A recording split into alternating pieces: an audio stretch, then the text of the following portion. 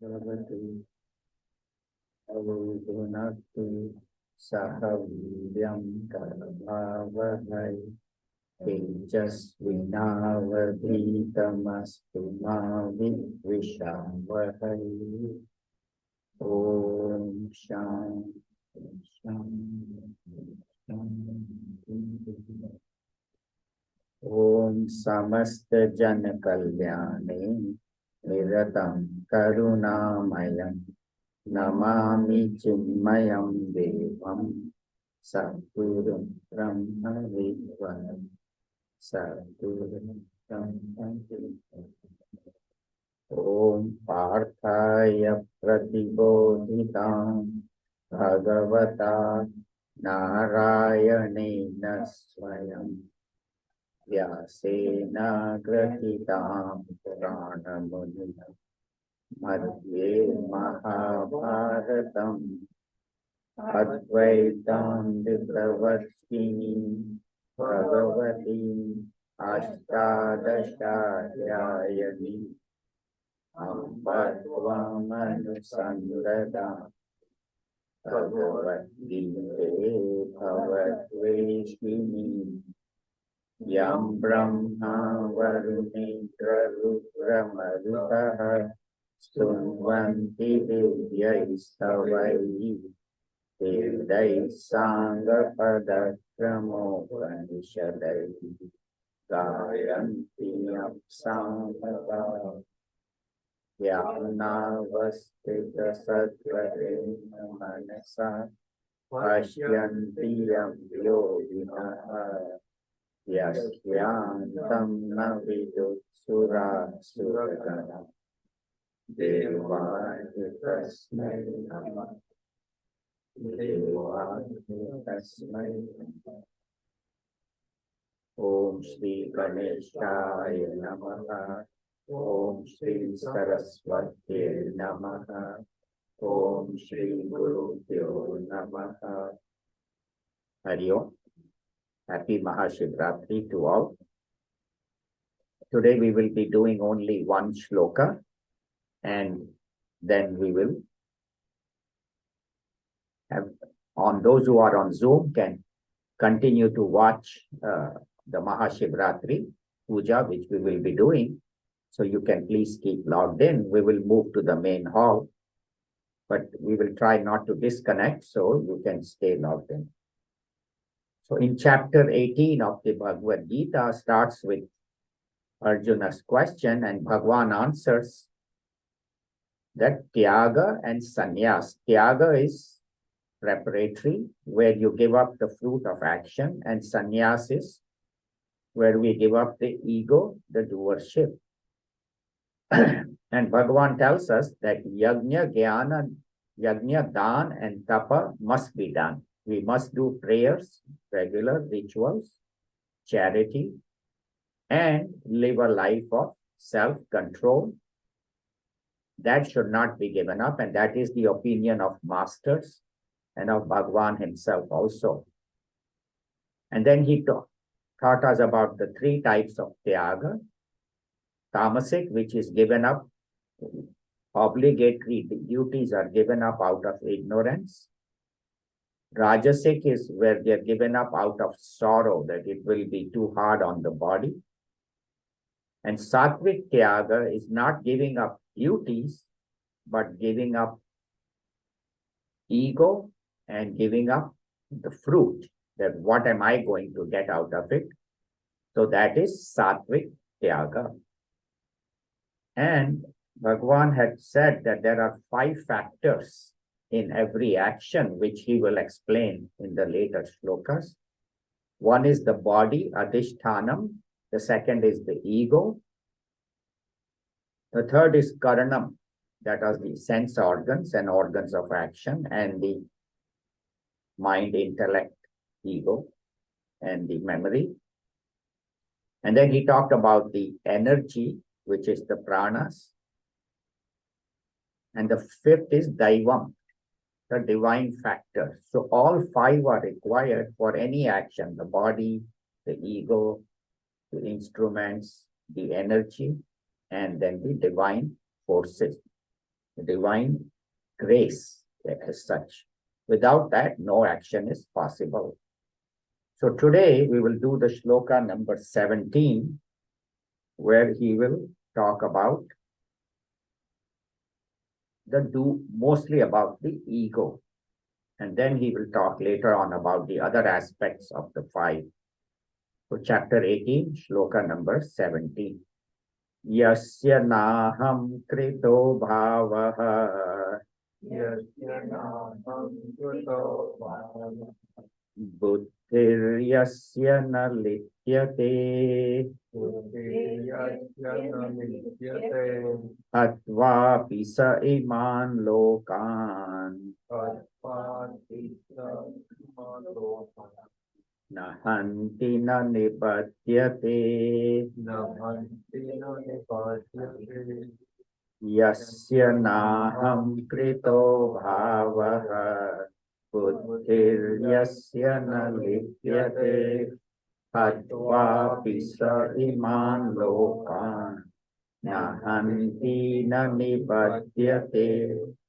So yasya, of this individual, that means of us. Bhagwan is telling us, of us or of this individual, na aham krita bhava. Aham krita means I did it. So this ego, the doer, that I am doing it, everything, I do so much, I. So this ego, that the sense of doership, bhavaha. So the one who does not have this sense of doership, how do we do that? And what is this ego? We will cover in more detail today. How am I to give up this? Because that is our biggest problem in our spiritual journey and also in our life, when there is a lot of arrogance, a lot of ego. Our actions are not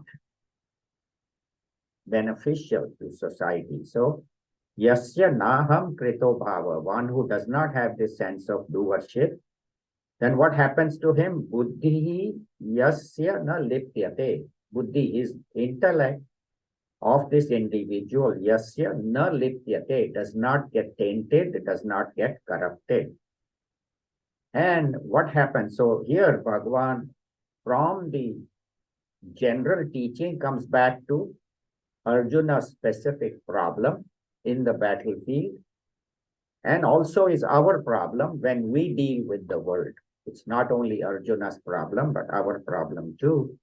So hatva api, even though killing saha, this individual, iman lokan, even all these people, because Arjuna was worried that in the battle I'll have to kill so many people.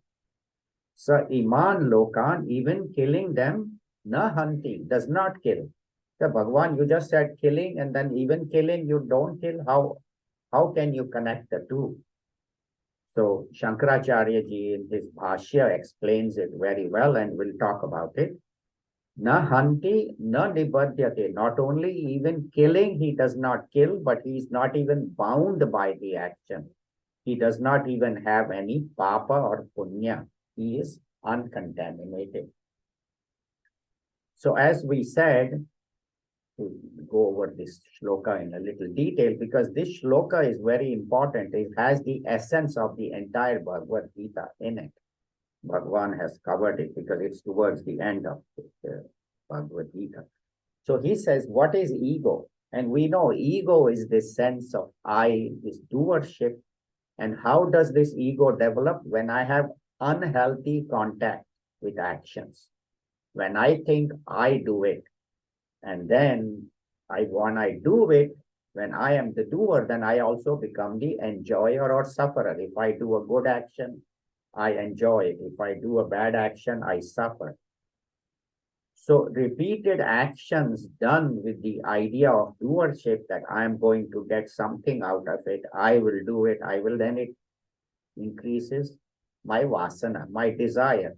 I did this, now let me do it again, so I'll get more joy, I'll get more success, I'll get more wealth, I'll get more power. So this unhealthy relationship with objects, where they are done for a particular purpose, that what can I get out of it, creates more ego, creates more vasanas, creates more desire. Gurudev describes it as the gramophone, where when the needle is in contact with the record, then it only plays, otherwise it won't. So similarly, our mind is constantly in contact with this ego, this doership, that what am I going to get out of it? So what they say is that you do the actions, but you remain detached. You remain unaffected. And that seems to be very difficult. And we'll talk in more detail about this detachment, how to do everything in the world.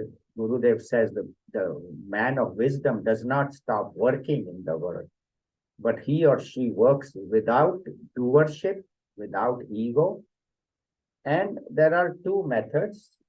We have studied them before, but there are three methods. One is the karma yoga method, that I do it as an instrument of the Lord.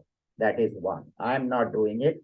I'm just a humble instrument, just as a pen is an instrument in the hand of the writer.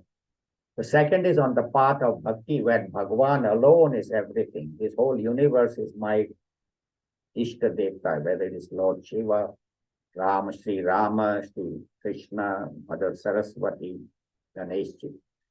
And everything is this, that my Bhagavan alone has manifested in this universe. So everything is happening because of his orders. I am just a devotee of the Lord, and my goal in life is to become one with Bhagavan. So there is this Dvaita Bhava, but it is a connection of love. Third is the path of knowledge, where I am the supreme consciousness. Today our meditation was on that. Shivoham, I am that Lord Shiva, I am that consciousness. And in my presence, this whole action is happening. So when such a person works without ego, then one is that my Bhagavan is doing everything, or other one is I am the consciousness.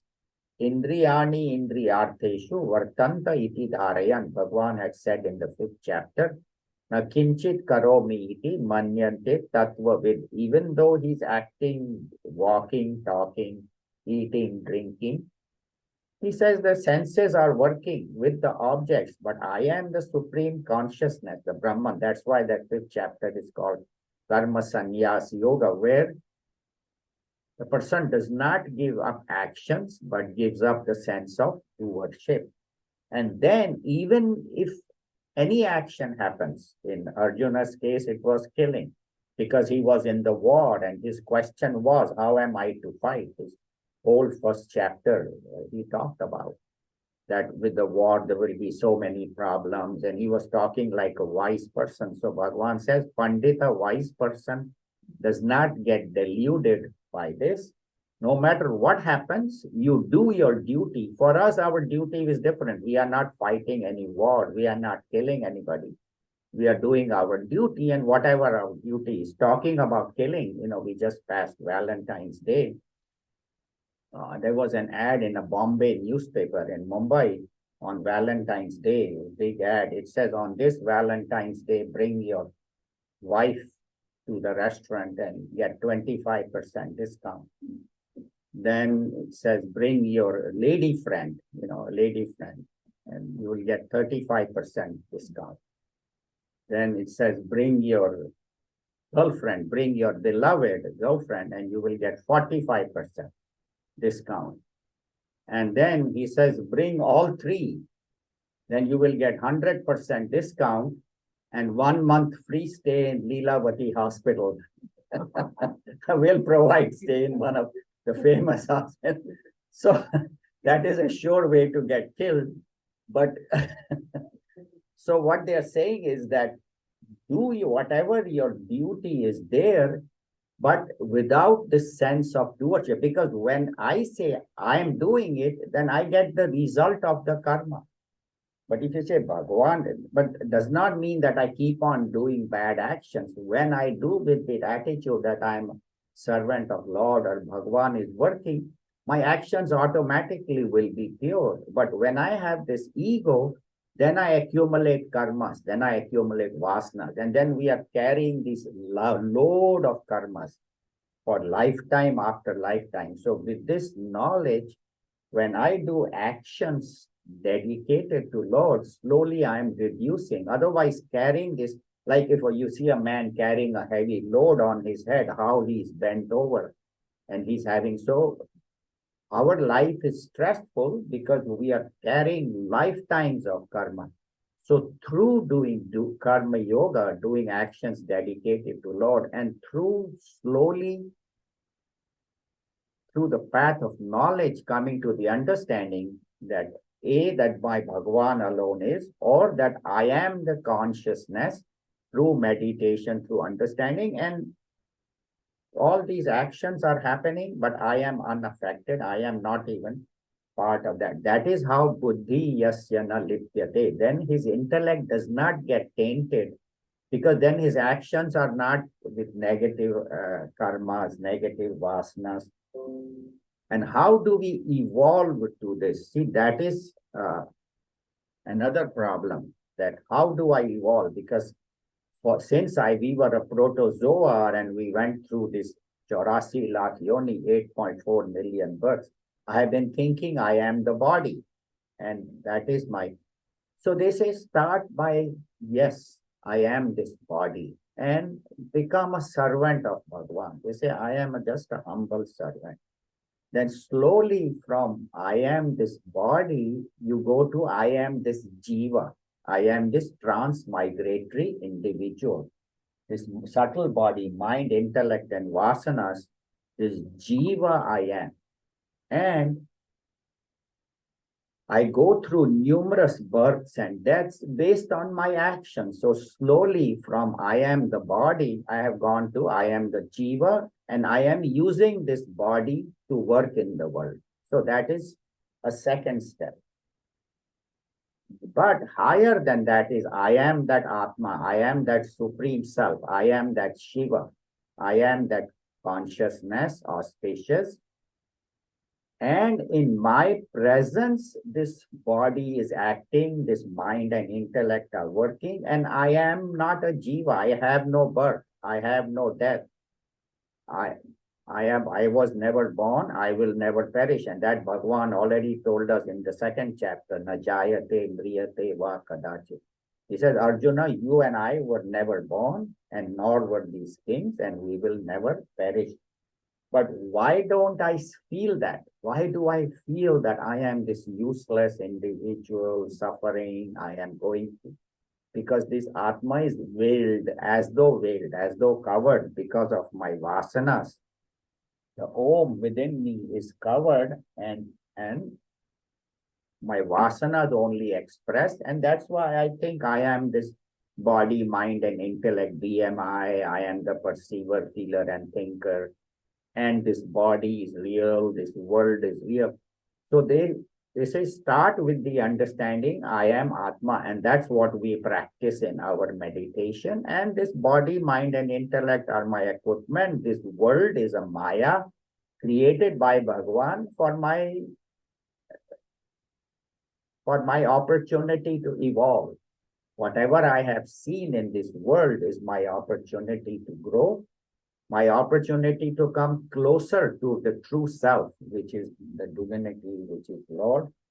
And then alone, my progress will happen. Otherwise, I'll be caught in the cycle of birth and death. So to get out of the cycle of birth and death, I am not this jiva. I am not this individuality. I am not this name and form. That is all an equipment, and I have to. So constantly becoming a witness of the mind, a witness of the body, witness of the world.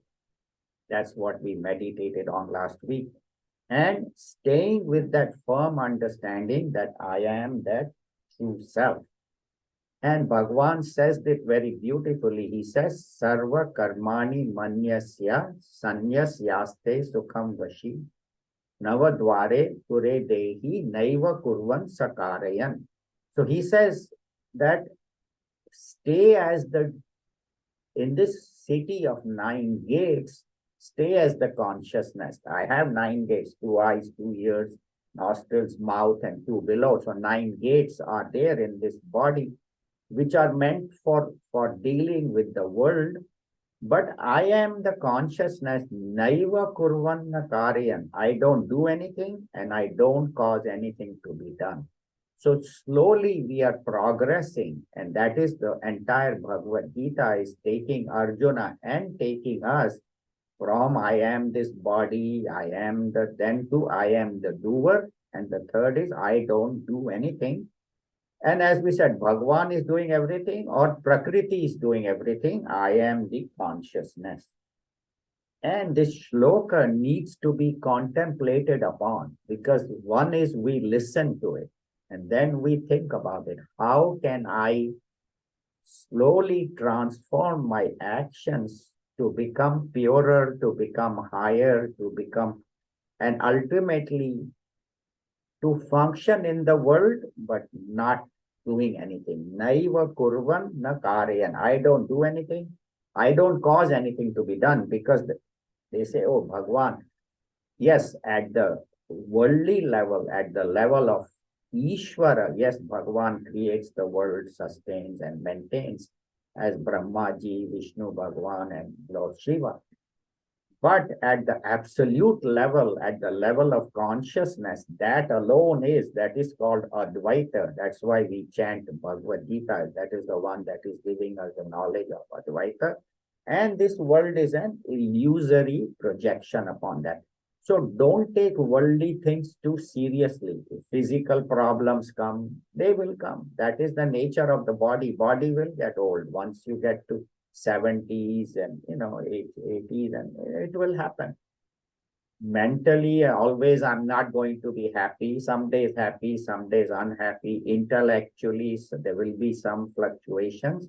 So, but Bhagavan says, Buddhi yasya na lipyate. One who can stay with that attitude, that I am the consciousness, then this person body will not get, body will deteriorate and will perish, but he will say, I never died because I was never born. And that's what they say. Gurudev one place says, nobody dies and everybody dies. Everybody dies, but nobody dies. In reality, we don't die. It's a very beautiful statement of Pujya Gurudev, which I had heard a long time back. And one should think, everybody, nobody dies, but everybody dies. So then, if everybody is bound to die, that's what Bhagavan tells Arjuna. He says, Tasmad pariharyate natvam shochitum arhasi. Everybody is going to die, but in reality, you are not the body, you are the consciousness. And Gurudev in his commentary says that very beautifully. I'll end here with that idea. He says that there is a murderer who commits a murder for a selfish reason, say he wanted to rob a bank and the guard came in the way, he shot him, or he was angry with somebody. And, like we find people take out gun for no reason. Everybody is now buying guns. And so any slight anger, in the olden days, they used to punch, but now they take out a gun and shoot. Not only the person they are angry, but everybody around 10, 20 people. And now people are even so immune to it. They hear 20 people killed 30 people. Oh, 30 people, just turn the page of the newspaper. It has become a routine. Every day, some mass killing. So Gurudev says a murderer, if he's caught, he will then be jailed. He will get life imprisonment or get, death punishment or whatever. Why? Because he has killed for a particular selfish cause. But a soldier who is protecting his country when he's attacked by the enemy, and he is working not for his personal agenda, but to protect the country, then even if he kills 10, 20, 30 people, he'll come home, he'll get a medal, he'll get the Congressional Medal of Honor or Paramveer Chakra for great bravery in the war. So whether I'm doing it myself or doing it for the higher cause, for the nation, So when I'm working for the Supreme Brahman, not only for India or United States or England, but when I'm working for Bhagavan, then my actions automatically get pure, and then I do not get bound, I do not get tainted, I do not get blamed by that. So that's why Bhagavan says, Hatva pisa iman lokan, nahanti na nibhadyate. He does not create new vasanas. That is what is binding, that is bondage, is vasana. So when I have more vasanas, then I get more bound. Then to fulfill those vasanas, those karmas, I have to take multiple births, birth after birth. And if they are negative karmas, then my life would be worse in my next life. And so that's what Bhagavan says, that do all actions, but do them dedicated to me. And here we will end. We have only up 2 or 3 minutes. We'll be starting the Mahashivratri Puja in about 4 or 5 minutes. So any questions or any quick comments? We have about 4 or 5 minutes. Does lipyate also mean attached? Yeah, lipyate means, here Gurudev has translated as tainted. Tainted. Bandhana is attachment, bound, bondage. Lipyate here means is not corrupted, not tainted, not dirty, not sullied. Yeah. Lipyate. No, this reminds me of he just did the start number 1 where he said the karma is done unintelligently, Right. mind you. And so you have to do it intelligently. Yes, we have to do karmas intelligently. And karmas are done with the order of the Lord. That's what karturagnyaya prapyate phalam. Because karma is jada, karma is inert. The phala comes because of his order. So yeah, so intelligent is to do it what will please the Lord. Yeah. Thank you. Anything else? Anybody has? Lata, anything you would like to add? Any question? No. Okay. So we'll end here and then we'll go into the main hall and start Mahashivratri Puja. And then next week, Bhagwan will divide the karma into its different aspects. You know, we had talked about Adhishthanam, Karta, Karma, Karanam. So then what is the division of karma? How do we divide karma? So he says, Jnanam, Neyam, Parigyata, and how this karma is divided and how each one of them can be sattvic, rajasic, or tamasic. So that's how he will tell us, because karmas we have to do. Again, Bhagavan had said in previous shloka, you know, Sharir Yatra Pichate na prasiddhyet akarmana. In the 3rd chapter, he says that actions we have to do, even breathing is an action, even sitting and doing nothing is also an action, even thinking is an action. So how can we make our actions more sattvic, more pure? We'll cover in the next few shlokas. So we'll keep logged in on Zoom. We'll be starting the Mahashivratri Puja in a couple of minutes. Thank you. Om Sarve Bhavantu Sukhinaha, Sarve Santu Niramayah, Sarve Bhadrani Pashyantu, Ma Kaschit Dukhamar Bhavet. Om Shanti Shanti Shanti. Hari Om Shri Guru Pyo Namaha. Hari Om. Thank you. Hari Om.